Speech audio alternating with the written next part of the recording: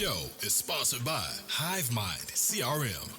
It is more than just a CRM. It is a real estate and business mastermind that comes with an all-in-one CRM. You can have unlimited websites and users. You can call, text, RVM, and email all in one user interface. And you can set up custom automations for any type and multiple businesses. 65% of companies start using a CRM system within the first 5 years of business. Once implemented, the HiveMind will save you on marketing, give you more time, and make more money. One of our users had his first $100,000 month using our system in June. We want to see you automate and accelerate your business. Text us at 210-972-1842 for future meetings, and of course to get our $1 course on how to make more than 6 figures on one land deal. You can schedule your free demo today at hivemindcrm.io. Hey, welcome to today's episode. I'm your host, Daniel Martinez. I have a special guest, John Bianchi from Canada. He lives over the river from Detroit. We'll talk a little bit about that for the show, but he is a Airbnb data specialist. So we're going to talk a little bit about that, and I was hopefully get into real estate too. So we're going to talk a little about that, but here's our guest, John. Airbnb is a little bit newer. I know it's been around for like 5 to 10 years here, give or take, but how long have you been doing Airbnb? Since 2017. Okay, yeah. 2017. Yeah. So you got ahead of it before it got popular. Yeah, and honestly, when I got started, I thought it was popular when I was getting started. So now it's like to the max, or we'll see where it goes from here. But yeah. Okay, that's awesome, man. 2017, that's a long time. Now, are you a host yourself? So funny enough, I'm not right now, but I did have up to 15 locations in Chicago. I had a couple down in Scottsdale, a couple over in Michigan, and I sold all of them in 2020 when everything kind of fell apart. I had somebody who actually wanted to buy my portfolio at the same time. And so I just ended up selling off all of them. I was doing rental arbitrage and property management. So I didn't own any of those homes, but I was still able to sell all of the contracts. No, that's good. That's good. I mean, that shows you there's even revenue to be made just by management. Now, I know rental arbitrage and management usually charge a lot more. So can you say what your rates were when you do charge for management? Yeah, so the average is now about 20%. It was 30 when I got started. It's now about 20% though. And that's 20% on like the entire revenue, right? So if the home makes $100,000, you're taking away 20 grand for managing that home. So that's awesome. And then with rental arbitrage, it's really all about finding the right property at the right price. And that's really what's going to maximize that revenue for you. I never paid a landlord more than what they're asking in rent. So they didn't get the better deal. I always did. And that's kind of how I wanted it to go. But yeah, so there's definitely money to be made in management, especially if you get the bigger homes too. If you get those luxury homes, the luxury homes are doing like $200,000 a year and you're taking like 20% of that home. So it's pretty impressive. That's crazy. It's crazy. So you are in the arbitrage game, just essentially landlord of the rental of the Airbnb itself. So how much was your exit on that portfolio? It was about $250,000. Not a crazy amount. It was based off of the 1 year's cash flow for every single property that I had. Now, I focused on really large properties. So I had the biggest properties in Chicago, which were 4 bedrooms in the high-end neighborhood. And so each property cash flowed about $20,000 or more. And I sold them for that amount. And then, however, with that being said, there's some people's businesses who have they're getting multiple effects when they're looking to sell. But I also know of a company named Vacasa, which is like the largest management company that buys home for $1,500 a contract. So I sold mine for 20 grand. They were selling them for 1,500. So it varies a lot. Let's just put it that way. And I'm happy with what I got.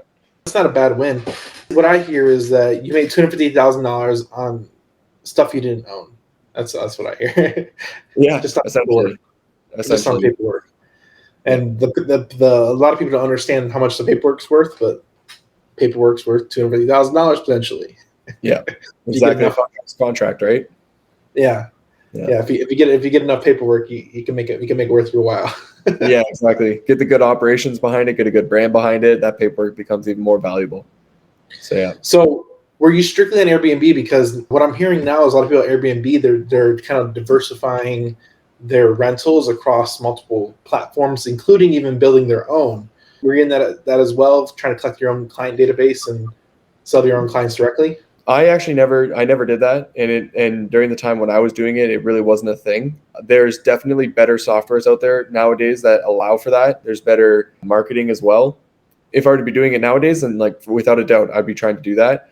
VRBO is really difficult to use, and if you really understand Airbnb like extremely well, you don't need another platform. In some markets, right? In some markets, VRBO dominates, but it's rare. And then another sort of issue that I have with direct bookings is repeat business. So I don't like repeat business because you have to give the same price usually from the year prior to the same people. And if they come back for 10 years straight, you start losing profits. And so you kind of dig yourself a hole. It becomes easier, but over time you actually might start losing. And I've seen that with a lot of people that have like long-term, that have had rentals for a really long time, right? So, but yeah, that's my take on that. Repeat business. I never thought about that, but that would be a downfall. You have to fight the uphill battle of like, hey, those are last year's rates. Yeah. And think about all the inflation that's happened this year, right? With the amount of inflation, like, if you paid $5,000 last year, you're paying $7,500 this year, right? And like, that's not an exact science or a perfect number, but the idea of like you're paying quite a bit more this year, and to have to go back to somebody who's been like a loyal customer to you and say like, I need you to pay this amount or you can't book. I mean, it hurts the reputation, right, that you're trying to build with your clientele. So you're better off getting new customers. Yeah, that don't question the rates, because exactly. when they look at the rates, they're looking at comparables. Exactly, because it is what it is, right? So there's definitely pros and cons, without a doubt, with every single option that you take, right? So what are you doing now as far as in the Airbnb space? Because you sold your portfolio, you're not necessarily in management. So what are you kind of doing now in the Airbnb space? So during the time period of building up that entire business, what I learned how to do really well was understand Airbnb data and how to organize it, make sense of it, and actually take actionable steps with it. And since I've stopped with my portfolio or sold my portfolio, I built a course that taught my process, and I put that course onto YouTube. I didn't try and sell it. I just put it out there. I'm like, this is my process. This is how I do things when it comes to Airbnb data. And from that, organically grew a Airbnb data consulting business. And so now what I do is I actually help people that are looking to purchase Airbnbs all across, mainly the United States, but across the world as well. And I help them understand the data. I build reports for them. I analyze properties for them. And I just make their lives easier in a sense of, and also give them the confidence to purchase that, $500,000 home or $1 million home, and with the confidence that yes, it is going to cash flow, or yes, it is going to give you a 20% cash on cash, right? And more often than not, I tell them not to buy it. You know what I mean?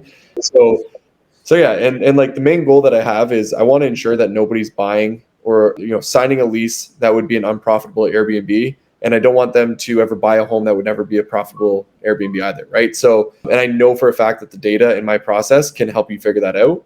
And then the last thing I like to do is ensure that people are able to maximize the amount of revenues that they're going to be getting when they're going into a market.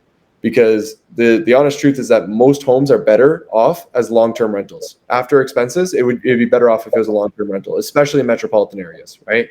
And so understanding the data and understanding what allows you to maximize the revenue and where within a certain market is the most money being made is extremely important, and the data allows for that.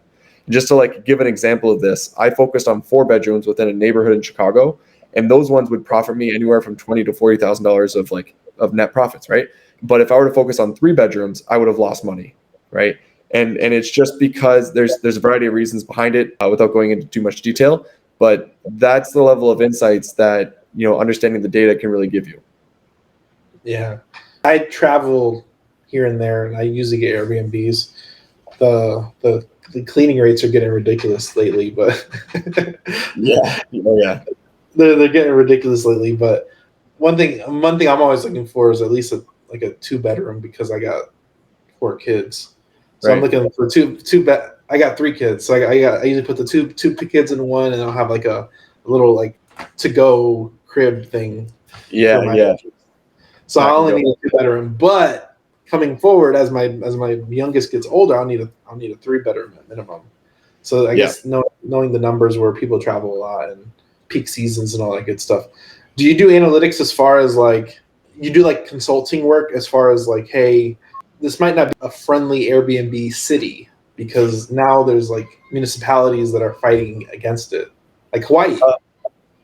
Yeah, so I don't. So I don't do consulting on that just because it's not my area of expertise. I do know in a lot of different areas, I know the regulations for a lot of different areas. So like I have general knowledge on it, but I always tell people to call up the city hall, call a lawyer, read through the ordinance. I'm saying that wrong. Thank you. And so, do the due diligence themselves to like truly figure that out. But I don't do direct consulting on it. That's way too much to keep up with because like in Chicago, it's one thing. In Nashville, it's another thing. And like, it's pretty well like that everywhere you go. They all have a different way. And like, what I tell people though is understand your regulations so well that you can still operate, because a lot of people won't do the work to actually figure out how to get through the regulations, and that lowers competition. And so that's one thing that I was able to do in Chicago that actually helped me with my portfolio, right? Most people are like, you can't do Chicago. And I was like, yeah, you can. And I just figured out how to do it, right? So yeah, that's what I recommend. Operating within the gray area, and I think that's for all entrepreneurs in general, is that you have to understand what you're going into fully and make sure it's a right decision for what you're planning to do anyway. Yeah. And if you do the work and other people don't, that's where you win and they don't. That's where you win. Exactly. Yep. I always do say regulation first, data second, right? If you can get those two figured out, everything else is easily figured out. Operations and design and whatnot. So I know there's technology to understand the data. Like I said, I don't own any Airbnbs at this moment, and I've heard of like AirDNA and all these. I'm sure there's other services out there that can help you understand the data. And I remember I was trying to do arbitrage like 2 years ago, back before it was like 2019, might have been 3 years ago, but like 2019.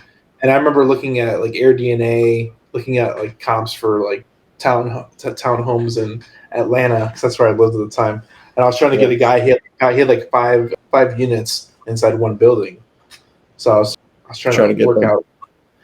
Yeah, I was trying to get it arbitrage, and he don't want to sign the long term contract because they're already furnished too, which is like my one thing I was trying to get, because like they're already furnished. He was already used to short term rentals. He just didn't do Airbnb at all, and I was just trying to negotiate that. Interesting.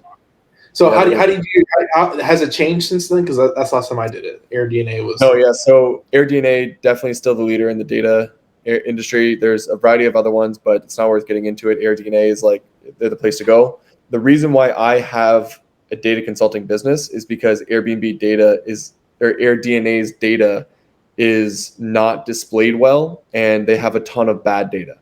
So the issue with their data is that they have these dashboards where you can kind of like hover over properties and see how much they're making, right? But the whole thing about data is you're trying to find a trend. You're trying to find some sort of consistency, some sort of pattern, right? I always refer to it as the Burger King logic. McDonald's spends millions of dollars to figure out what corner to be on. Burger King opens up across the street, right? And so you have all this data to figure out where you should be going, like where's making money, where's not making money, but you can't find the pattern because it's so scattered. And so what I have is a software that allows me to extract that data and then organize it in a way that you can sort it by neighborhoods and unit sizes. And then you can organize it by who's making the most to who's making the least. And you can see these patterns and trends, and you can see homes that are, making 150,000 and then other homes that are making 50,000, and they're both 4 bedrooms in the exact same market, right? But so I teach this process of trying to fully understand like what allows a home to make 150 in comparison to 50,000.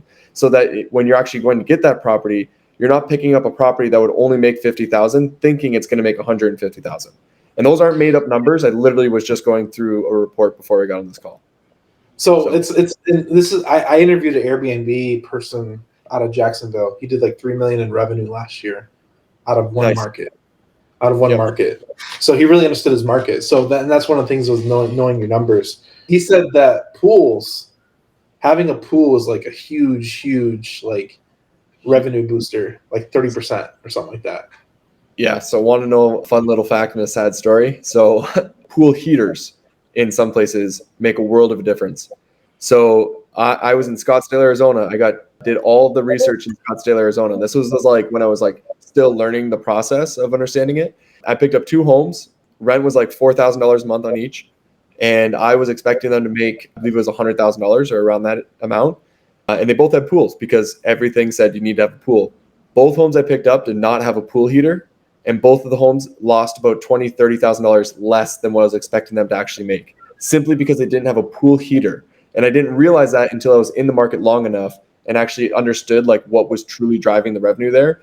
And the reason was because Arizona, yes, it has like this crazy hot time of the year, but then the rest of the time it's just kind of like chill, right? And so you need that heater to expand your peak season further than just the 3 months. And I didn't have it on either. And so both of those properties, I lost like tons of money.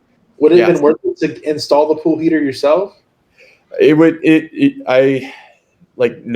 have been worth it. It would have been better just to pick up and go to another property that had a pool heater and call it a day, but yeah, so sad story, but honestly, like the tiniest little details really matter. So even in Chicago, I focus on 4 bedrooms and I wouldn't pick up a 4-bedroom if it didn't have a dining room.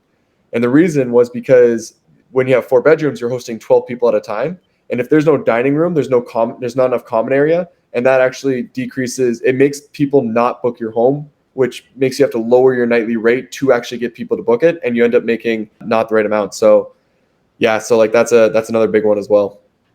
So I guess this goes back into the data too, because then you can see like what your high performers are and what are they doing differently, even at the same size. You can kind of figure out like, hey, these ones, because like I've seen like people they'll do like other artists come in and paint some mural on one of these vacant walls, and just that's one of their driving factors is what they get. Or you get like these one-off destinations where they make like but that has nothing to do with you. You're looking for regular base homes that you can kind of upscale or are already profitable in their own way. It comes with all the things you need it to come with. So that's where like the data is the best, right? Because there's a lot of those types of homes, and so you can find that pattern and that consistency. Those special, unique, like one-off amazing homes, those are the ones that are fun to look at and see how much revenue they're making. And like personally, like I'm looking for that unique home, that like one-off type home. And so I'm trying to understand the data from those homes, how much of a difference they're actually making in revenue, and figuring out how to make that type of revenue as well, right? So you can get it from both for sure. Yeah, Airbnb is crazy. I watched. He was not one of my clients, but somebody I watched on social media. He had one house in California that brought in like $300,000 2020. Even through the pandemic, brought in like $300,000. Yep, I see homes that I think the highest I've seen is 900,000 in a year. But we're talking like massive homes, right? Like, and luxury. Like luxury is its own thing. I still haven't stepped into luxury just yet. I really want to get into that playing field, but it's a whole other ballgame, and you can make a crazy amount with luxury and big homes. Yeah, I think we're actually going on family vacation in the end of this month, and we got an Airbnb for like my family, my brother's family, my brother's family, and my mom. So it's like 30 people. So we got like a huge something. I'm excited to see it, but I know it's huge. It's supposed to sleep like 30 people or something. Where are you going? Yellowstone. Oh, that's awesome. That's gonna be sweet. So we got like a big cabin. I don't even know how big it is, but I'm excited to see it because it was an Airbnb. I don't know how much they paid for it, but it's gonna be, that would be in the 1,000 to 2,000 for sure per night. Like it's got to be, right? Because that size home, it's just, you don't rent it out for anything less. Those ones. So I also work for Superhost Labs, which is a short-term rental investment company, and I'm the data analyst for them, right? And we're looking into these like 10 bedrooms that can sleep 20, 25 people. And it's crazy to think like how much we can actually make per property, but we still have to get at the right purchase price, right? So we still have we're looking at them and we know they're going to make $250,000 a year. We know that, right? Or more. However, they're still too expensive because they're 10 bedrooms. They're so unique. So they think they can just like ask whatever for it, right? But so those ones are the fun ones without a doubt. So are the company you work for, are you buying Airbnb producing properties, or are you just buying properties and turning them into Airbnb producing properties? Mainly turning them into Airbnb producing properties. Okay. Because one thing I've seen, and it's nuts, and not it doesn't make sense to me, but because I'm not actually buying those, but people are actually going to the retail marketplace and selling their Airbnb cap rate over. It doesn't even make sense price No, on the it doesn't open make market. so. The only way that you're ever going to make that work is in a vacation rental market where the vast majority of the homes are vacation rentals. That's the only way it's going to work. So there's people that have been trying to do that in metropolitans, right? Like in a metropolitan, the homes are going to be priced based off of all of the other homes, not because of your vacation rental revenue, right? But if you're going to be in like Gatlinburg, Tennessee, or if you're going to be in the area of St. Augustine where you have a transferable license, right? Then you're going to be selling based off of your Airbnb cap rates. And that's where like there's beautiful returns, especially if you get in before the regulation was put in place and you got this license that's transferable to somebody else. You know what I mean? And you bought your home based off of just like long-term rental rates or just like a regular short-term single family home. And now you're selling it based off of like these Airbnb revenues, right? Like it's just, that's sort of the dream, but some people got lucky with that, and you don't really want to bank on that though, right? You don't want to be trying to like figure out where they're going to change the regulation and hope for the best. Yeah, like I said, I've been seeing that lately, and I'm like, you guys are retarded. Like, oh, it brings in such amount of money. I'm like, there's too many open variables, and what if Airbnb gets bought out or goes bankrupt or something? I don't know. Yeah. There's too much risk involved when people are trying to sell their $200,000 property for $500,000 because of cap rates that it brings on Airbnb. Yeah, no, completely agree. And the thing is like they could be right. You know what I mean? They could actually be bringing that amount of money in, but like it's not going to happen. It's not going to happen in a lot of markets. So, and it's sad though, because like some people, I've talked to quite a few people, and they'll mention that, and I'm like, list a property in a regular neighborhood against all the other comps that aren't Airbnbs, and try and sell your home for 40% more than everybody else. Like, what do you mean? How do you think that's even going to be possible? Right? They're just going to buy the house next door that looks very similar to yours and turn it into an Airbnb, right? Like, why wouldn't they? So, I mean, anyways. and then it goes down to like your property is not unique. True. You know, Yeah. like, and that's the perfect example. You just buy the neighbor's house and do the exact same thing. Exact same thing. Crazy. Yeah. People are crazy, and it doesn't make sense. But you can't talk the crazy out of them. No, you really can't. You got to let crazy be crazy and just do your thing, right? So what's a way people can maximize Airbnb rental revenue? So it's going to depend on the market. It's definitely like a market by market thing. And I can't just say like, hey, if you're going here, do this, right?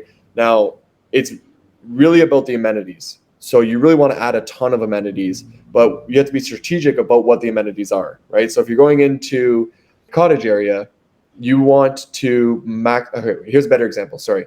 If you're going into like Phoenix, Scottsdale, that kind of area. So I have experience there, so I can talk about it, right? You have to make your backyard into an oasis. It has to be like, I'm serious. It literally has to be like, the way I always thought about it was when you go to an all-inclusive resort, you don't leave the resort because they got everything for you in the backyard, right? So that's what I wanted to do with my homes in Scottsdale. I wanted to make it like, you don't need to leave. You can just chill here and go for dinner and then come back and kick in the backyard, right? And so the people who are really winning are the people who have created this like literally all-inclusive resort backyard that people don't have to leave from. And it just gives all the games, all the entertainment. They can just like nonstop be back there and have a good time and just feel like they're doing great. Now that's Scottsdale, right? So that's what people are doing in Scottsdale. If you're trying to figure that out for your market or wherever you're going to be, what you have to do is you literally have to open up every single top performing property. You have to go through them, see what they have, and start making a list. I quite literally make lists all day of like, they have a large backyard, they have a fireplace, they have a lounge chair. And it's not like, one property has it, 8 properties have it, right? And these are the 8 properties that are doing really well. And then what I also do is I make lists of what the people who are underperforming, what they have, what they don't have, right? And so I'm getting an understanding of like, okay, these are the things that have to be driving revenue because these homes are making double the amount of the other ones, right? And then you have to factor in things like bad hosts and luxury and stuff like that. But if you can sort through it well enough, you start to understand, if I have a hot tub, I quite literally will make X amount more. If I have a dining room, I'll make more. If I have a heat pump, I'll make X amount more, right?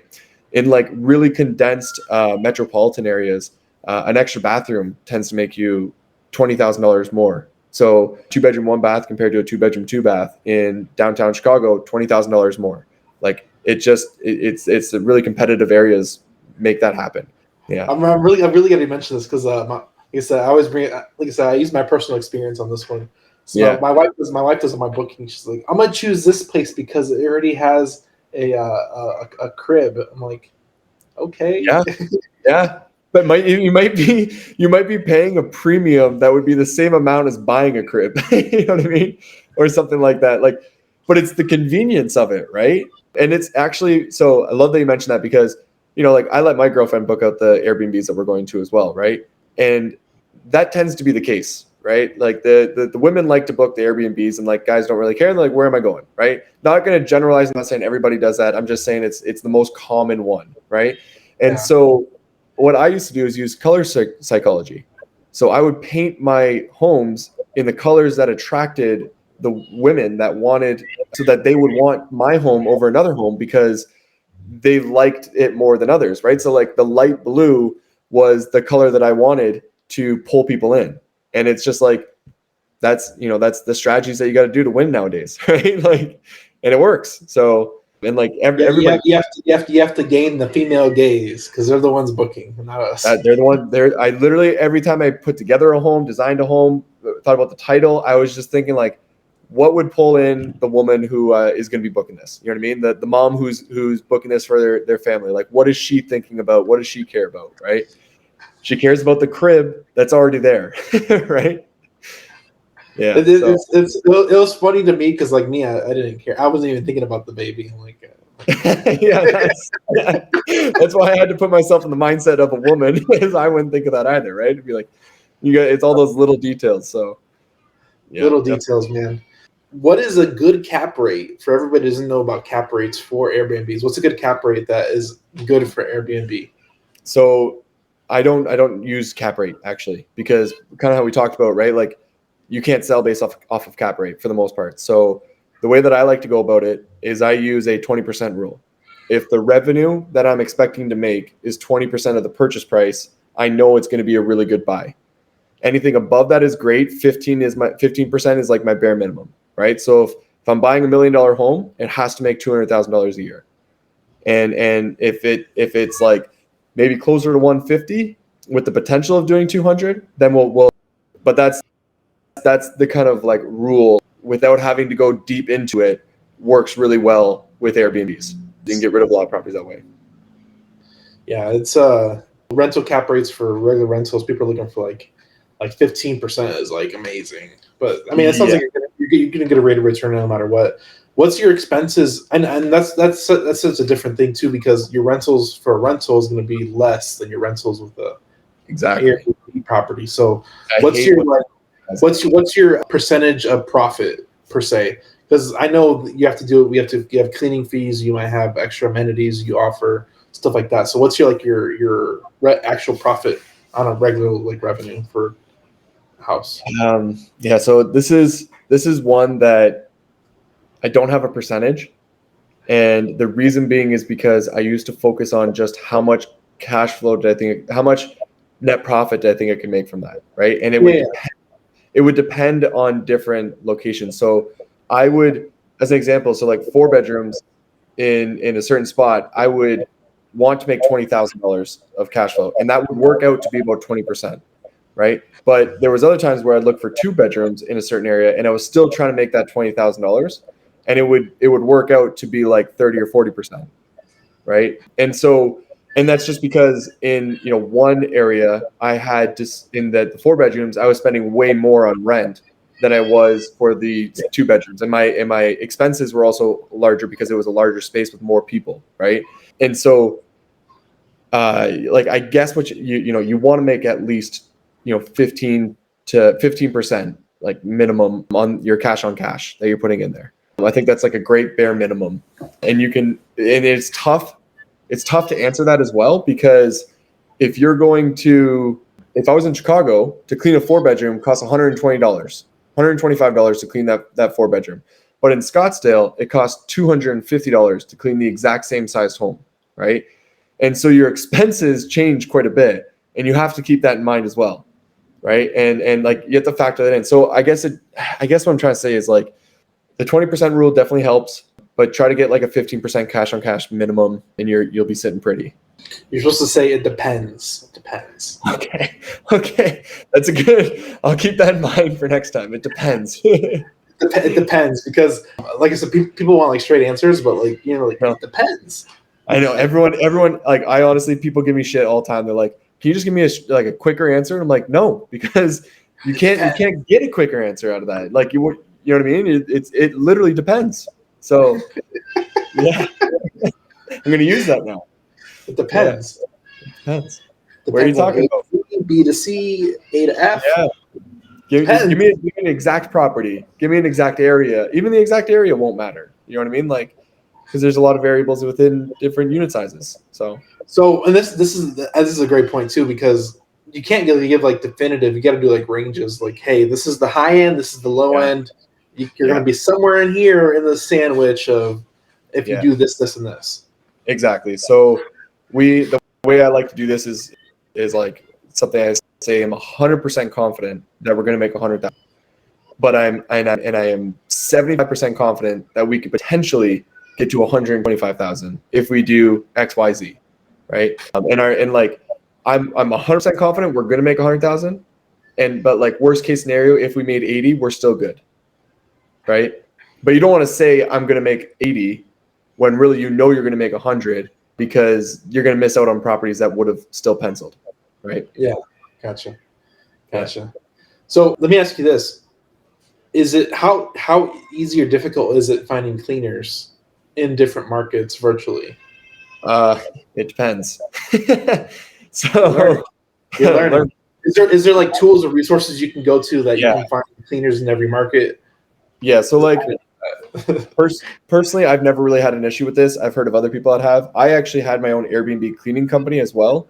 So we cleaned all of the homes, and that's honestly like if you're looking to get into Airbnb and if you want to do it on a large scale and if you want to do management or rental arbitrage, you can literally double your profits just by owning the cleaners and managing and like controlling all of that. We never really had issues. We had to work to find the cleaners for our company, but when I didn't own the company, I mean, it wasn't really difficult. I reached out to a bunch of different people, interviewed the different companies, and tried to find one that worked.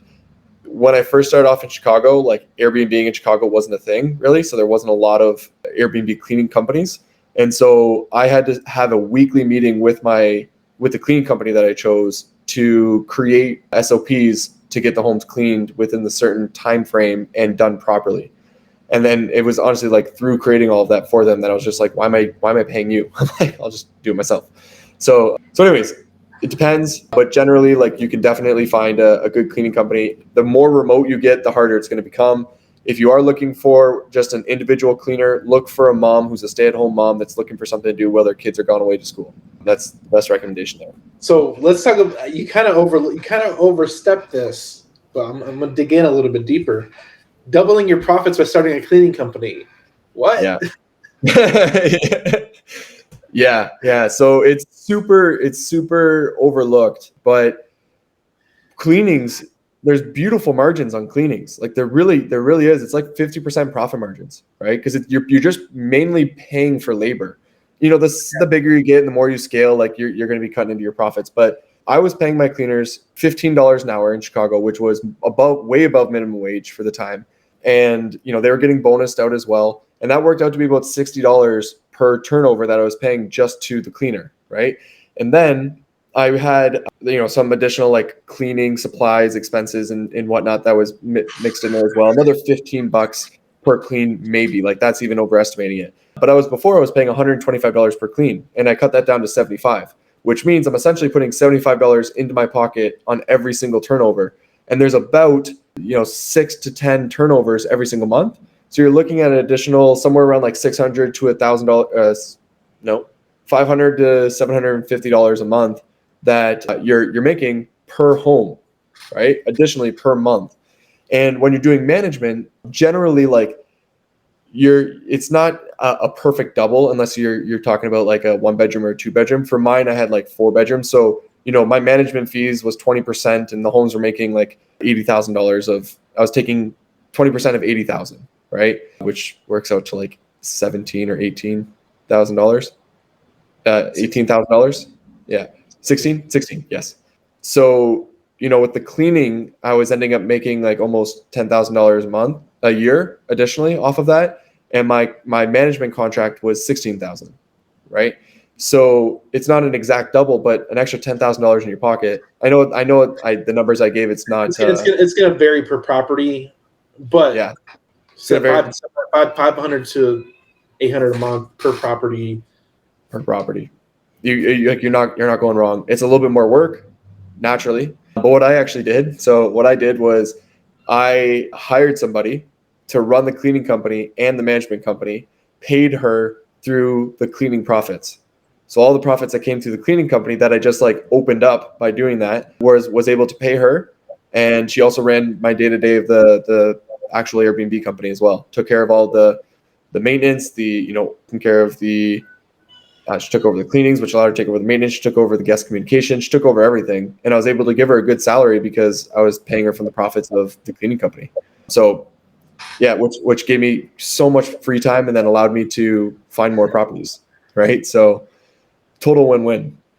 No, that's good. It's a good little tidbit because, I mean, 500, 700 a month, that adds up pretty quick per property. Like I said, that's most people's rent profits they get per property on a regular rental unit, and Exactly. that's actually less because most people get like 300 to 500, and you're at the 500 to 800 yeah. per unit. Unit. It really adds up just by running a cleaning company. No, that was a good little tidbit. I really want to dig into that one because, I mean, that's just something you're overlooking and overstepping by not doing it. On my YouTube channel, if anyone wanted to find me on YouTube, it's just John Bianchi. If you look up Airbnb data, actually it'd be a significantly easier way to find me. But I interviewed a guy who has a cleaning company that does $1 million a year in revenue. And he's from Chicago. Great guy. He cleaned some of my properties. We talk all the time. And like, I was like, man, I got to get you on my channel. Like nobody knows about Airbnb cleaning and like the amount of profits you can make from it. And so he got on and he explained his whole business. He explained how he does things. He explained how much money he's making. He doesn't manage any properties. He doesn't have a single property that he takes care of. He just cleans Airbnb properties. That's it. So it is a business that you really wouldn't think of, but it exists. It exists. That's the beauty of when opportunity is created. There's so many things that follow it. In general. Yeah. Which is huge. Cool. That's cool, man. What is a quote that is yours or somebody else's that you resonate with? This has nothing to do with what we're talking about, but the first thing that popped in my head is "This too will pass." I can't remember who it's from, but I've recently been hearing it quite a bit from like multiple sources. So, sounds like Lord of the Rings. Yeah. It's more of a quote that is a reminder that everything that's good and everything that's great will eventually pass. You know what I mean? So this too shall pass. So if you're ever going through a tough time, like this too shall pass. And so yeah, totally off topic, but it's the very first thing that popped in my head. No, that's the point. I want to get you on your toes. I'm gonna make you a better speaker. Yeah, appreciate it. Thank you. No, it's good, man. Where can people find you online? What's your go ahead, you know your stuff. Yeah. So best place to find like all of my content everywhere I put it is onto YouTube. If you were to look up Airbnb Data or AirDNA, you're going to I have 2 courses online that teach you my entire process, everything you need to know. It's completely free. So you can go in there, a bunch of other videos too. John Bianchi, Bianchi. That's where most of my stuff is. And then I have, my other links are on there. So you can get my Instagram and Facebook and whatever else you want. But honestly, like if you're looking for help with purchasing an Airbnb or trying to find the most profitable place within your city, and I have reports that allow you to figure that out very, very easily. And the process is online for free. So all you need is a report. So if you want to talk about that, if you want some general advice, reach out to me. My email is hello, HELLO, @pointanalytics.co. So yeah, hello. I'll make sure it's below. Perfect. That works too. Yeah. And I like to talk to everybody. So like I like to hop on a Zoom call and see how I can help out. So final question, kind of alluding to what you're saying. How long does it take for a new novice to underwrite a property, if it makes sense for them, using the free tools you provide? The course that I have that teaches you about how to go through the report and teaches you my process is a 2.5-hour course, right? It's what I call a little mini course. And that you can put it on double speed because the way I speak, you can put on double speed and still understand everything. So you can get through it in an hour and a half. Then with that knowledge, you can start going through the data, and like depending on the size of the market, you can figure out how profitable a place is or underrate a place in quite literally like an hour to 3 hours, right? So within one day or half a day, you can know where the most profitable place is within anywhere you're looking to go. For myself, like I can figure it out in about a half an hour, right? Easily. And then I find the next place and the next place and the next place. And so, yeah, like it's pretty awesome, right? I go into Phoenix, Arizona, and within like a half an hour, I know where I can make a huge return based off of the properties that exist there. The reason why I asked is because people like, oh, it's going to take me a week. Yeah, like, no. I mean, like, it depends on how many places you're going to look into, but most people are just looking into one place, right? And you figure out that one place, and you can figure it out fairly quickly, and then from any time after that is just bonus, right? You're kind of learning it a little bit better. So yeah, gotcha. All right, man, go check it out. Link will be in the bio. We'll put his email and his website and all that stuff to get a hold of him, and definitely learn how to do some research and figure out if you're getting a good deal or not. Don't miss that opportunity. Thanks for coming on. We appreciate your time. Thank you. Yeah, thanks for having me. I appreciate it. The show is sponsored by The List Guys. Do you need more leads in your local or virtual market? 1 in 10 small businesses don't invest in any kind of marketing. The List Guys have over 35 plus list types to choose from, and you can mix and match any list or criteria. We also use the skip trace list and provide up to 7 numbers and email addresses. Every list you purchase will be scrubbed against previous purchases. The List Guys are here to save you time. Contact the List Guys today at www.1listguys.com. That's www.1listguys.com. This show is sponsored by HiveMind CRM. It is more than just a CRM. It is a real estate and business mastermind that comes with an all-in-one CRM. You can have unlimited websites and users. You can call, text, RVM, and email all in one user interface. And you can set up custom automations for any type and multiple businesses. 65% of companies start using a CRM system within the first 5 years of business. Once implemented, the HiveMind will save you on marketing, give you more time, and make more money. One of our users had his first $100,000 month using our system in June. We want to see you automate and accelerate your business. Text us at 210-972-1842 for future meetings, and of course to get our $1 course on how to make more than 6 figures on one land deal. You can schedule your free demo today at hivemindcrm.io.